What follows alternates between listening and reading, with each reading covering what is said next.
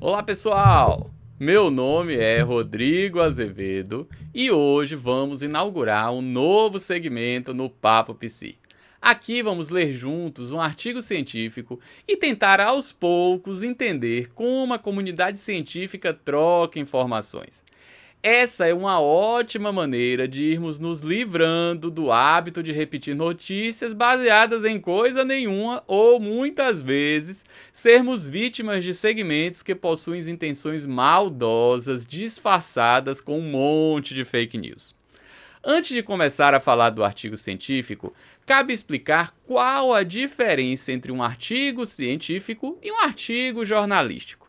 Bom, vou tentar fazer coisas bem simples, né, para a gente tentar caminhar. No primeiro, um artigo científico, temos um texto com autoria declarada, cujo objetivo maior é divulgar o resultado de um estudo desenvolvido através de uma pesquisa com uma metodologia clara e que possa ser reproduzível. Já no artigo jornalístico, o objetivo é a comunicação. Tem um caráter informativo e chamar a atenção do leitor é seu grande objetivo. Essa é uma explicação simples, mas que já vai ajudar a entender que estamos falando de artigos muito diferentes. Antes de começar a descrição do artigo, é importante entender que os resultados que eu vou falar e as conclusões são baseadas nos grupos que o artigo estudou. É um indício que pode ser isso para grupos parecidos, mas não a realidade absoluta. Pense como se a verdade fosse um destino bem distante e estamos aqui colocando um pouquinho de asfalto nessa estrada. Bom, trazendo esse contexto inicial, vamos ao artigo. Hoje nós vamos falar sobre um artigo que tenta responder a seguinte pergunta: será que existe uma relação entre o excesso de tela e problemas de saúde em adolescentes? Esse é um estudo do grupo de Chao, da Universidade de Lorraine em Nancy, na França, e teve a colaboração do Instituto de Tecnologia de Kharagpur, eu acredito que é assim, na Índia. Ele foi publicado na revista Psychiatry Research em abril de 2022. Essa revista possui um fator de impacto que a coloca entre as 100 revistas científicas mais influentes no mundo quando falamos em pesquisas relacionadas à psiquiatria e saúde mental. A título de curiosidade, essa é uma revista, cuja sede fica na Irlanda.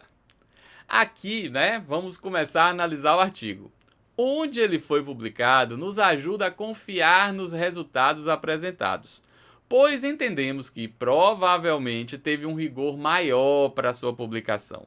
Isso é um indício, não a regra.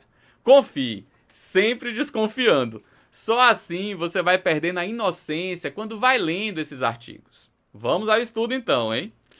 Esse estudo ele tem uma base populacional.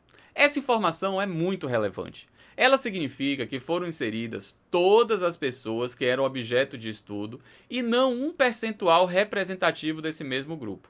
Vou tentar explicar melhor. Neste artigo, todas as crianças entre 10 e 16 anos que estavam na escola em uma determinada região da França foram convidadas para participar do artigo. Quando falamos de números, as coisas ficam ainda mais interessantes. Nessa região da França, em Nancy, para sermos mais específicos, cobriu uma área que morava em torno de 38 mil pessoas e utilizaram 63 classes de aluno das escolas da região. Todas as crianças dessas classes entre 10 e 16 anos foram convidadas para participar do estudo. Foram investigados 1.559 adolescentes. São números impressionantes e nos dizem muito sobre a robustez dos resultados. Uma coisa muito curiosa do estudo é que não pegou determinado equipamento eletrônico, mas somou os tempos que essas crianças passavam em frente de diversas telas durante o dia. O que estamos notando é que restringir a determinada tela, vamos dar um exemplo aqui, por exemplo, videogame, acaba deixando de fora um monte de gente com sérios problemas relacionados ao mundo digital e a maioria dos estudos estão olhando para olhando para esse somatório de telas, mas apenas a telas específicas. Então, sei lá, redes sociais, videogame. Então, esse é um estudo bem diferente. Vou dar um exemplo prático, né, dessa forma de olhar os problemas das telas digitais. Podemos ter, por exemplo, uma criança que joga 1 hora todos os dias de Fortnite, o que parece não ser um grande problema, correto? Mas se essa mesma criança, nesse mesmo dia, além de jogar 1 hora de Fortnite, assiste 2 horas de vídeo no YouTube, passa mais 1 hora de conversa no Discord, mais 1 hora de TikTok. Aí nós já estamos falando de 5 horas de tela distrativa em um dia. Agora, tenho certeza que você olhou para o seu filho na sala e ficou preocupado. É sobre isso que esse artigo está falando. Para trazer algum parâmetro sobre um tempo seguro de tela, vou citar a American Academy of Pediatrics de 2020. Fez as seguintes recomendações. Abaixo de 2 anos de idade, tentar evitar ao máximo. Entre 2 e 5 anos, não passar de 1 hora. E depois dos 6 anos, no máximo 2 horas de tela. Isso vai variar, né, de acordo com a referência que você vai usar, mas não vai muito longe desses números que mostrei e sabemos que a realidade do uso de telas por nossos adolescentes é bem distante disso. Ainda no artigo, um ponto curioso foi a idade que os pesquisadores resolveram investigar. Pessoas entre 10 e 16 anos. Essa escolha ocorreu por acreditar que o início da adolescência é um importante período de desenvolvimento físico e mental em que uma ampla gama de problemas escolares, comportamentais e de saúde mental pode surgir. É na entrada do ensino médio que os adolescentes têm mais trocas com os pares, né? Os parceiros, os amigos, né? E mais acesso a atividades baseadas em tela do que na infância. Quando eles podem não estar bem preparados, vamos assim dizer, para gerenciar esse novo ambiente da vida. E é também nessa fase que ocorre uma grande reorganização das regiões límbicas do cérebro, afetando a busca de novidades, associações de pares, processamento de recompensas e aumento de comportamentos de risco. Já descobrimos um monte de coisas sobre o artigo. Sabemos quem fez, como foi feito e onde foi publicado. Sabemos qual era a sua dúvida, entendemos qual a base da pergunta e agora vou mostrar um pouco das consequências que o artigo tenta relacionar com o uso de telas digitais. Bom, além do questionário sobre o tempo de tela, os estudantes também receberam outros questionários que avaliavam uma série de problemas, né, relacionados a essa população. Eu vou citar alguns deles. Então, sedentarismo, obesidade, dificuldade de sono, interações pobres entre pais e filhos, atraso socioemocional, linguagem e habilidades motoras, né, além de baixo desempenho acadêmico, doenças cardiovasculares, depressão e ansiedade. Agora vamos para os resultados. Vocês estão preparados? Mais de 30% dos adolescentes faziam uso de mais de 10 horas de tela por dia. Querem saber uma coisa? Encontramos isso no consultório e vem aumentando a prevalência cada vez mais. Só a título de curiosidade, assistir à televisão, né, quando a gente pega só essa tela, foi o maior tempo de uso de tela quando falamos dos grandes usuários dessas telas, né? Em 25% das vezes, esse uso por dia passava de 5 horas de televisão. Aos que acham, né, que o videogame é um injustiçado, não fiquem tão felizes. Essa tela digital ficou em segundo lugar, com 17% dos entrevistados passando mais de 5 horas por dia no videogame. Agora, para vocês que escutam de seus filhos da super necessidade de terem um tablet, celular, computador ou qualquer outra tela digital, pois, né, vão usar isso para estudar, vejam quantos desses estão de fato usando com essa perspectiva. O estudo mostrou que apenas 2,6% dos entrevistados usavam para esse fim com mais de 5 horas de uso.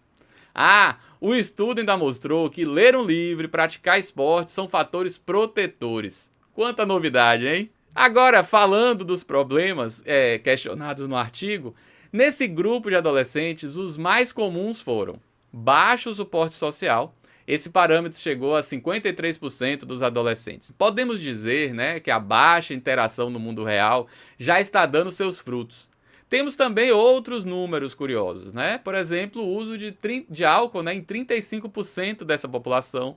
Violência verbal ou física, né? Aqui estão falando do bullying, né? Foi relatado por 16% desses adolescentes. E outro dado preocupante foram os sintomas depressivos, que também foram relatados por 16% dos entrevistados. Ainda olhando, né, para os entrevistados, 9% deles tinham referido mais de 5 dessas situações complicadas que eu citei anteriormente, tá? Nas suas vidas. Então, são adolescentes realmente com muitas questões para se resolver. Bem, quanto mais tempo de tela, mais questões relacionadas com esses problemas que eu falei. Então, vão se somando. Um fator curioso é que ficou claro o acúmulo com o passar do tempo. Então, quanto mais anos de vida esse adolescente passava com tela, mais tempo ele usava. O tempo ia aumentando com o passar dos anos. É importante também falar que esse resultado pode ser analisado de maneira bidirecional. Isso quer dizer que os problemas que o estudo está tentando associar ao uso de tela pode ser uma consequência das telas, como a gente acredita que pode ser, mas esses mesmos problemas podem também aumentar o uso de telas. Eu vou dar um exemplo. Adolescentes com maus resultados podem ser mais vulneráveis, né? E podem passar mais tempo com atividade baseada em tela para se distrair ou para lidar com as dificuldades. Especialmente, né, com colegas tendo características semelhantes, passar esse tempo, né? É possível encontrar resultados positivos olhando para as duas pontas, tanto para o problema quanto para as telas. Então, as telas aumentando os problemas, como os problemas aumentando o tempo de tela. Outro ponto relevante do estudo é que quando se analisam adolescentes que vivenciam situações sensíveis em suas vidas, eu vou citar algumas delas, como não morar com ambos os pais, possuir baixa escolaridade dos pais, pais desempregados, renda familiar insuficiente ou histórico de imigração, esses resultados negativos associados ao tempo de uso de tela são ainda piores. Então, quanto mais tempo, mais problemas com esse grupo. Pessoal, o artigo finaliza reforçando a necessidade de olhar a soma total do tempo de tela e fala sobre a possibilidade de encontrar na comunidade pessoas especialmente sensíveis para esse uso em excesso, né, e que pode ser cuidadas antes que maiores consequências surjam. É preciso olhar para a questão como um problema de saúde pública e novos estudos, ainda o artigo segue, né, falando, devem seguir essa linha para que mais dados sejam processados e refinados. Então, mais estudos sobre todas as telas somadas. Caso vocês tenham gostado, podemos fazer mais leituras de artigos científicos, né? E aos poucos, né, irmos reconhecendo o mar de fake news que vivemos. Um abraço para todos vocês e não deixem de se inscrever no canal, dar o like e compartilhar com seus amigos. Tchau, pessoal. Um abraço para vocês.